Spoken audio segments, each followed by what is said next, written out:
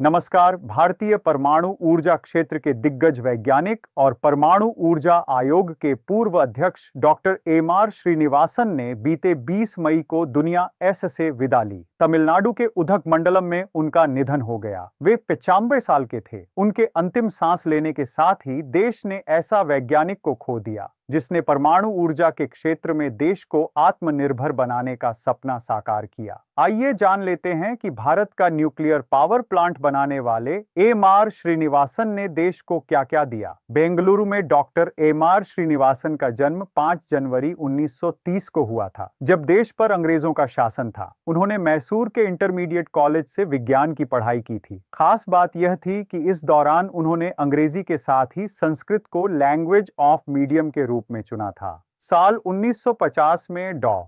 श्रीनिवासन ने mechanical engineering में स्नातक की डिग्री हासिल की और साल 1952 में मास्टर्स की पढ़ाई पूरी की।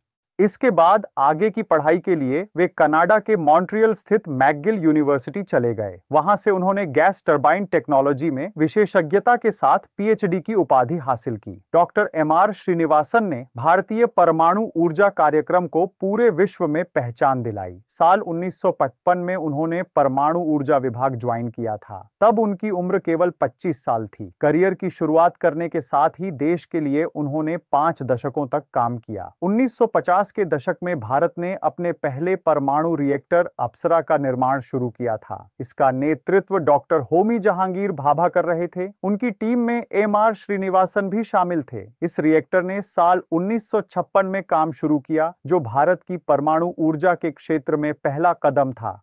खुद डॉक्टर होमी भाभा की पसंद रहे श्रीनिवासन ने 60 के दशक में तारापुर में भारत के पहले न्यूक्लियर पावर प्लांट की स्थापना में महत्वपूर्ण भूमिका निभाई। बाद में वह उस टीम का भी हिस्सा रहे जिसने कलपक्कम में भारत के एक्सटेंसिव न्यूक्लियर पावर कॉम्प्लेक्स की स्थापना की। एम.आर. श्रीनिवासन को साल 1959 में भारत के पहले परमाणु बिजली स्टेशन का जिम्मा सौंपा गया था। साल 1967 में वह मद्रास परमाणु ऊर्जा स्टेशन के प्रोजेक्ट इंजीनियर नियुक्त किए गए। इस स्टेशन ने भारत को परमाणु एनर्जी के क्षेत्र में आत्मनिर्भरता की राह दिखाई। साल 1974 में उनको पावर प्रोजेक्ट डिवीजन का निदेशक बनाया गया और साल 1944 में वह न्यूक्लियर पावर बोर्ड के अध्यक्ष बने। साल 1987 तक इसी बोर्ड ने भारत के सभी न्यूक्लियर प्लांट का प्रबंधन और ऑपरेशन की देखरेख की।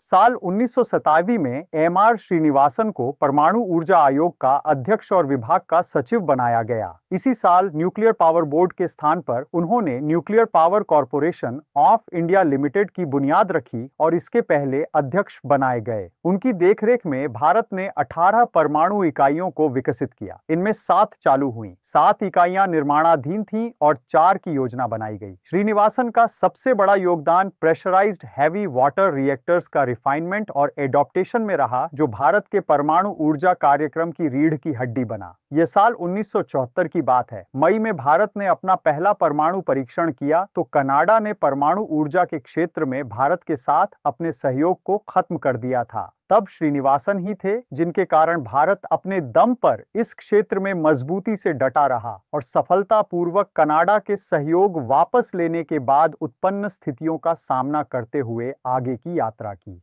डॉक्टर श्रीनिवासन के योगदान को देखते हुए साल 1984 में उनको पद्मश्री से नवाजा गया। साल 1990 में उनको पद्म विभूषण और साल 2015 में पद्म विभूषण से सम्मानित किया गया। श्रीनिवासन का सपना था कि देश परमाणु ऊर्जा के क्षेत्र में आत्मनिर्भर बने। एम.आर. श्रीनिवासन को भारत का परमाणु शिल्पी भी कहा जाता है। यह उन्हीं का दौर था जब भारत में परमाणु तकनीक का इस्तेमाल कैंसर के इलाज के साथ ही खेती में भी शुरू किया गया। इसका फायदा देश के लाखों लोगों को हुआ। डॉक्टर श्रीनिवासन देश के युवा वैज्ञानिकों के लिए हमेशा प्रेरणा रहे। वह कहा करते थे कि विज्ञान और परिश्रम से कोई भी लक्ष्य असंभव नहीं होता है। वे योजना आयोग के सदस्य रहे, जो अब नीति आयोग के नाम से जाना जाता है। वे राष्ट्रीय सुरक्षा सलाहकार बोर्ड के 2 बार सदस्य रहे। वे Karnataka higher education task force के अध्यक्ष रहे। उन्हें राष्ट्र नमन करता है। उम्मीद करता हूं कि आपको डॉक्टर श्रीनिवासन पर केंद्रित यह एपिसोड पसंद आया होगा। कृपया चैनल को सब्सक्राइब कर मेरा उत्साहवर्धन करें। सहमत हों तो यह वीडियो अपनों से साझा भी कर सकते हैं। एक अपील यह भी है कि अगर आप किसी खास विषय पर वीडियो चाहते हैं तो कमेंट बॉक्स में जरूर लिख दें। मैं कोशिश करूंगा कि जल्दी से जल्दी आपके सामने कंटेंट लाकर दे सकूं। फिर मिलेंगे किसी नई जानकारी के साथ, तब तक आप अपना ध्यान रखें। नमस्कार।